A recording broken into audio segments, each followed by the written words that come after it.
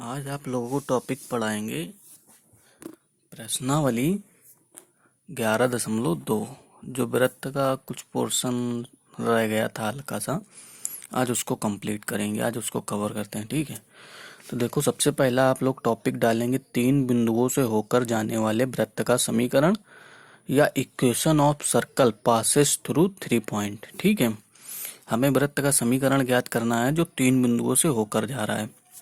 तो देखो इसको एक क्वेश्चन के जरिए समझने की कोशिश करते हैं। मान लो एक क्वेश्चन दिया गया है, वृत्त का समीकरण ज्ञात करो जो बिंदु 2, -4, 3, -1, 3, -3 से होकर जाता है। ठीक है, इंग्लिश में अगर इस क्वेश्चन को पढ़ें तो find the equation of circle which passes through point 2, -4, 3, -1, 3, -3।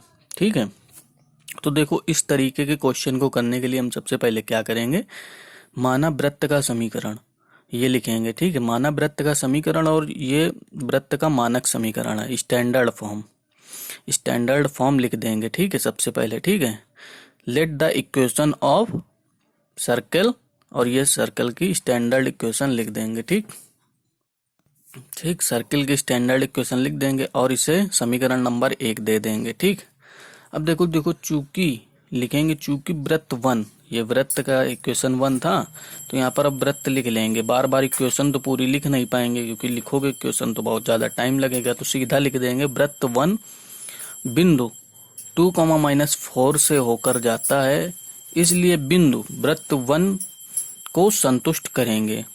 English में अगर लिखना चाहें, चूंकि circle 1 passes through point 2, -4, hence point satisfy the equation of circle। ठीक है, तो देखो 2, -4 है, वृत्त के समीकरण में रखा देंगे। x की जगह 2 रखाएंगे और y की जगह -4 रखाएंगे। तो देखो x की जगह 2 रखाया, y की जगह -4, फिर यहाँ पर x की जगह 2, y की जगह -4 प्लस c। इसको जब सॉल्व कर लोगे तो एक इक्वेशन बनेगी 4g - 8 है प्लस c बराबर -20। इसे इक्वेशन नंबर 2 दे देंगे। अब देखो इसी प्रकार जो वृत्त है बिंदु 3, -1 से भी होकर गुजरता है, तो बिंदु 3, -1 भी वृत्त के समीकरण को संतुष्ट करेंगे। तो x की जगह 3 रख देंगे और y की जगह -1 रख देंगे इस इक्वेशन में जब आप रखेंगे, रखने के बाद सॉल्व करेंगे तो आपको इक्वेशन मिल जाएगी 6g - 2f प्लस c बराबर -10। इसी तरीके से वृत्त किस बिंदु से होकर जा रहा था, 3, -3 से, 3, -3 से होकर जा रहा था, तो 3x की जगह 3 रख देंगे, y की जगह -3 रख देंगे इस इक्वेशन में, और सॉल्व करके एक इक्वेशन मिल जाएगी 6g - 6f प्लस c बराबर -18। ठीक है, ठीक, इतना कर लेंगे। अब देखो इक्वेशन 2, 3, 4 को एक जगह लिख लेंगे। ठीक है, 2, 3, 4 को एक जगह लिख देंगे। अब क्या करोगे, समीकरण 2 में समीकरण 3 घटा देना, समीकरण 2 में समीकरण 3 घटा दोगे, या समीकरण 3 में समीकरण 4 घटा देना। हमें पहली बार में क्या करना है, सी को हटाना होता है, क्योंकि देखो सी में सब में कोफिशिएंट 1 है, तो किसी एक में कोई एक घटा दोगे तो सी अपने आप हट जाएगा। तो हमने समीकरण 2 में समीकरण 3 हटा दिया, तो हमें इक्वेशन मिल जाएगी -2g - 6f बराबर -10। ठीक, अब देखो समीकरण 3 में समीकरण 4 घटा देंगे, समीकरण 3 में 4 घटाएंगे तो क्या हुआ, हमें यहाँ पर देखो सीधा f मिल गया, 4f बराबर 8, तो f बराबर 2। f का मान है समीकरण 5 में रखा दोगे तो g की वैल्यू मिल जाएगी, g का मान मिल गया। ठीक है, g का मान मिल जाएगा, g और f का मान अब इस वाले किसी एक में भी रखा देना, किसी एक समीकरण में रखा के c का मान निकाल लोगे। अब देखो g, f, c के मान समीकरण 1 मतलब वृत्त के समीकरण में रखोगे जाके तो अभीष्ट वृत्त का समीकरण हमें मिल जाएगा। यही हमारा क्वेश्चन है, यही हमारा आंसर है। ठीक है, तो 3 बिंदुओं से होकर जाने वाले वृत्त का समीकरण कैसे निकालते हैं, अब ये आप लोगों को आ गया। अब देखो एक क्वेश्चन आता है, सिद्ध करो कि बिंदु 2, -4, 3, -1, 3, -3 तथा 0, 0 समवृत्ती या कौन साइक्लिक हैं, ये सिद्ध करना होता है। तो देखो हमने पिछले मतलब इसको करने का तरीका बताते हैं, तुम कैसे करते हैं। इसको करने के लिए क्या करोगे, किन्हीं 3 बिंदुओं, चाहे ये ले लो, ये ले लो और ये ले लो, चाहे ये ले लो, चाहे ये ले लो, किन्हीं 3 बिंदुओं से होकर जाने वाले वृत्त का समीकरण निकाल लेना और जब समीकरण निकल आए तो आपको ये लिखना होगा यदि बिंदु, जैसे मैंने क्या किया, देखो मैंने इस क्वेश्चन को कैसे कर दिया। देखो हमने जो पिछला क्वेश्चन किया था उसमें वृत्त किससे निकल रहा था, 2, -4, 3, -1 और 3, -3। तो हमने इस क्वेश्चन को पूरा ना सॉल्व करके पिछले क्वेश्चन से जो हमारी वृत्त की इक्वेशन आई थी उसको सीधा उठा लिया। लेकिन आप लोगों को करना होगा पूरा। मैंने आपको समझाने के लिए, देखो पिछला क्वेश्चन जो था किस बिंदु 2, -4, 3, -1, 3, ये पिछला क्वेश्चन था। इससे जाने वाले वृत्त का समीकरण हम निकाल चुके थे। तो हम क्या करेंगे, यहाँ पर ये 3 बिंदु उठाकर वृत्त का समीकरण निकाल लेंगे पहले, ठीक है।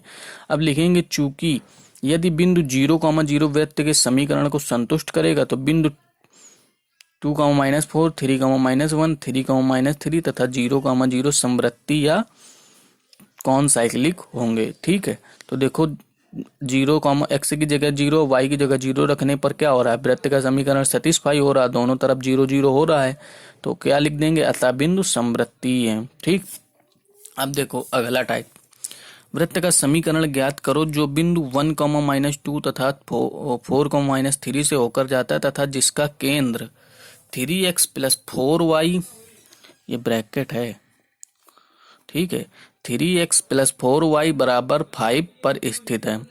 Find the equation of the circle which passes through the point 1, -2 and 4, -3 and has the centre on the straight line 3x + 4y = 5। देखो यहाँ पर दो बिंदु दिए गए हैं और ये बोला जा रहा है कि वृत्त का केंद्र है जो इस रेखा पर स्थित है। तो इन तरीके क्वेश्चन करने के लिए कैसे करते हैं, देखो इस तरीके के क्वेश्चन करने के लिए हम लिखेंगे मानव वृत्त का समीकरण y और वृत्त का मानक समीकरण लिख देंगे, इसे इक्वेशन 1 दे देंगे।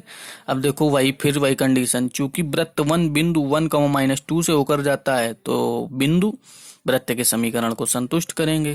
तो x की जगह 1 रख देंगे, y की जगह -2 रख देंगे। रखने के बाद GFC में एक इक्वेशन मिल जाएगी, ठीक है। इसी तरीके बिंदु 4, वृत्त बिंदु 4, -3 से होकर जाता है तो 4, -3 भी वृत्त के समीकरण को संतुष्ट करेंगे। 4, -3 रख के GFC में एक इक्वेशन मिल गई हमें। देखो दो इक्वेशन तो मिल गई, एक पीछे मिली थी, एक ये मिल गई। अब हमें अगर तीसरी इक्वेशन भी मिल जाए GFC में या केवल GF में तो हम तीनों के मान निकाल सकते हैं, क्योंकि 3 अननोन है तो 3 इक्वेशन कम से कम होनी ही चाहिए। अब देखो जैसे वृत्त का केंद्र किस पे दिया गया था, वृत्त का केंद्र मतलब सेंटर इस स्ट्रेट लाइन पर, इस रेखा पर स्थित था, ठीक है। तो देखो जब भी हम मानक समीकरण लिखते थे तो वृत्त का केंद्र क्या होता था, -G, -F। और देखो ये किस रेखा पर, इस रेखा पर स्थित है, 3x + 4y = 5। तो -G, -F, या तो ये समझ लो कि ये रेखा है जो -G, -F से होकर जाती है, कहने का मतलब है। तो x की जगह क्या रख देंगे, -G, और y की जगह -F रख देंगे। तो एक ये GF में इक्वेशन मिल गई। अब देखो तीनों इक्वेशन मिल गई GFC में, ठीक है। GFC में 3 इक्वेशन मिल गए, इसको सॉल्व कर लेंगे इन तीनों को, और GFC की मान जो निकल के आएंगे उसे समीकरण 1 में रख के वृत्त का मानक समीकरण हम लोग निकाल लेंगे, ठीक। अब देखो कुछ अलग टाइप का एक क्वेश्चन है, वृत्त का समीकरण ज्ञात करो जो रेखा x + y + 1 = 0, 3x + y - 5 = 0, 2x + y - 5 = 0 के प्रतिच्छेदन बिंदु से होकर जाता है। तो देखो इस तरीके के क्वेश्चन करने के लिए क्या करेंगे, हमने देखा ये 3 देखा है, एक दूसरे को क्या कर रहे हैं, इंटरसेक्ट कर रही हैं, प्रतिच्छेदित कर रही हैं। तो हम क्या करेंगे, पहले किन्हीं 2 रेखाओं को सॉल्व कर लेंगे। इन 2 रेखाओं को सॉल्व करके x और y के मान निकाल लेंगे अलग अलग। फिर इन 2 को सॉल्व करके, जैसे देखो ये रेखा थी x + y + 1 और ये रेखा क्या थी, 3x + y - 5। इन दोनों को जब सॉल्व करोगे x और y के मान जो निकल के आएंगे उसे आप लोग बिंदु दे देंगे। 6, जैसे x का मान 6 निकल के आया था इन दोनों को सॉल्व करने पर, और y का मान निकल के आया -7, तो हमने इसको एक पॉइंट दे दिया। अब इसी तरीके से इस रेखा और इस रेखा को सॉल्व करके x और y के जो मान निकल के आएंगे उसे एक बिंदु दे देंगे। इसी तरीके इसको और इसको, इस रेखा और इस रेखा को सॉल्व करके x y के जो मान आएंगे उसे एक बिंदु दे देंगे। अब देखो हमें 3 बिंदु मिल गए, 6, -7 और 3, -4 और 0, -5। देखो क्वेश्चन क्या दिया गया था, वृत्त का समीकरण ज्ञात करना था जो इन रेखाओं के प्रतिच्छेदन बिंदु से होकर जा रहा है। मतलब वृत्त ऐसे कुछ निकल रहा है, ऐसे होता हुआ जा रहा है वृत्त, ठीक। तो अब देखो वृत्त 3 बिंदु से होकर जा रहा है, तो 3 बिंदुओं से होकर जाने वाले वृत्त का समीकरण आपको बता चुके हैं कैसे निकालते हैं, तो आप लोग इसको उस क्वेश्चन को अब वैसे ही करेंगे पूरा, ठीक। एक हल्का सा ये देखो फार्मूला होता है, एक्स अक्ष पर कटा अंताखंड या इंटरसेप्ट बराबर होता है 2√g² - c। ऐसे ही वाई अक्ष पर कटा अंताखंड क्या होता है, 2√f² - c। इस तरीके से आपकी ये वृत्त वाली या सर्कल वाली एक्सरसाइज पूरी खत्म हो गई। अब आप लोग इसके क्वेश्चन करेंगे, कोई डाउट होगा तो पूछेंगे, ठीक है।